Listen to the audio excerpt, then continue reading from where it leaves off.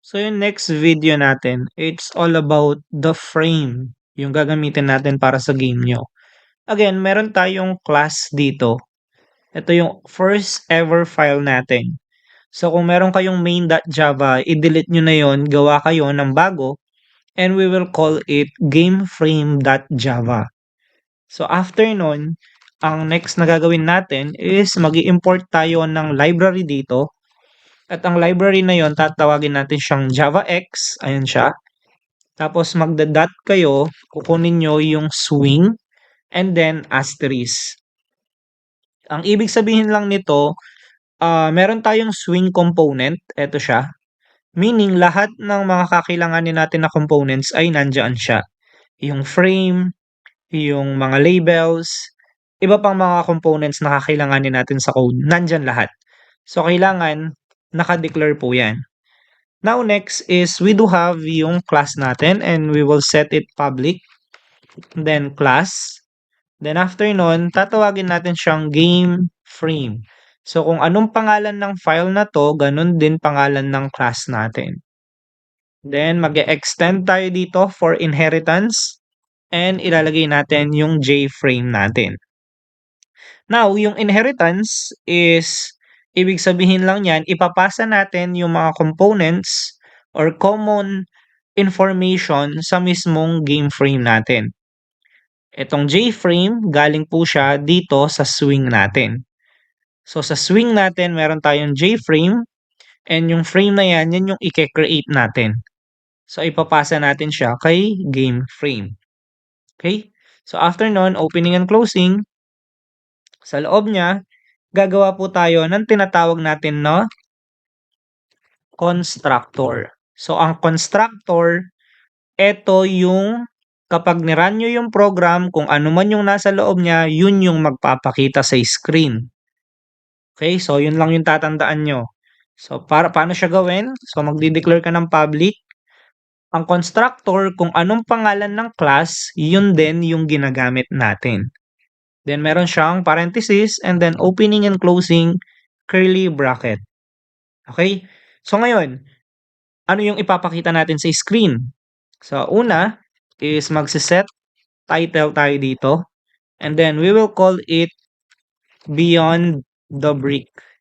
So, ayan yung title. Then, next, isa-set natin yung size. Ito yung size ng mismong frame natin. So, let's say for example, ang size ng frame nyo ay meron siyang 800 by 600. Okay, so yan yung width and height natin. Next is meron tayong set, default, close, operation. Okay, so yan yung X na nakikita natin sa mga frame natin. So, ang ilalagay nyo dyan is yung JFrame. Bakit si JFrame? Kasi siya yung i-close natin. So, ilalagay nyo exit on close. Okay, so after nyan, ang gagawin natin, set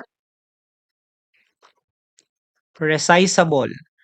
So, isa-set natin yung resizable natin into false. Bakit? Para hindi nare-resize yung mismong screen natin. Now, set location, hanapin nyo to, relative to. Ang ilalagay nyo dyan, null. So, para saan yan? Para pag nirun natin yung program, yung mismong frame natin dito sa gitna, magpapakita. Wala sa gilid, wala sa left, wala sa right, wala sa bottom. Nasa center lang siya. Next is set visible natin siya, isa-set nyo into true. So, para saan naman yan? Kahit i-run natin yung program natin, etong mga yan, hindi yan magpapakita kasi yung set visible natin ay hindi po siya nakadeclare. Kaya importante na nakadeclare po yan at isa-set nyo siya into true. Otherwise, pag ginawa nyong false yan, ang mangyayari ay hindi po magpapakita yung frame natin. Okay. So, after yan, dito sa baba, ang gagawin natin, public static void main. So, ito yung main method natin. Ano yung main method? Sa C++, ito yung int main. Okay, so, Eto ngayon yung main method natin. Ang gagawin natin dito, new, tatawagin nyo yung constructor, game frame, then semicolon. Ngayon, ulitin ko lang, ang constructor, eto yung pag nirun nyo yung program, automatic ipapakita niya kung ano yung nasa loob niya. So, yun yung pinakatrabaho ng constructor natin. Now, paano yan makukall? Eto po, sa main method natin. So, kapag nirun nyo siya, now, 800 by 600 po yung frame natin na to. Ngayon, etong kinlose natin, etong X na to, eto yung exit on close natin. Eto siya. Now, kung mapapansin nyo, pag nirun ko yan, nasa center yung mismong frame natin. Eto po siya.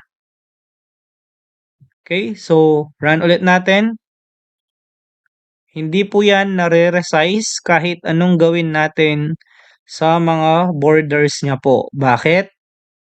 Ang set resizable naka-false po siya. Now, ang true natin, ang set visible, aalisin ko siya.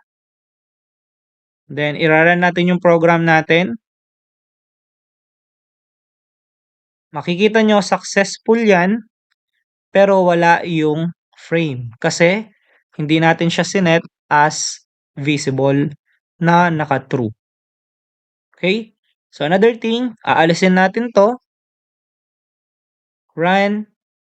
Successful ulit. Walang lumitaw kasi hindi nyo tinawag yung constructor natin. So, very important na tatawagin nyo siya dito. So, ito ngayon yung sa frame natin.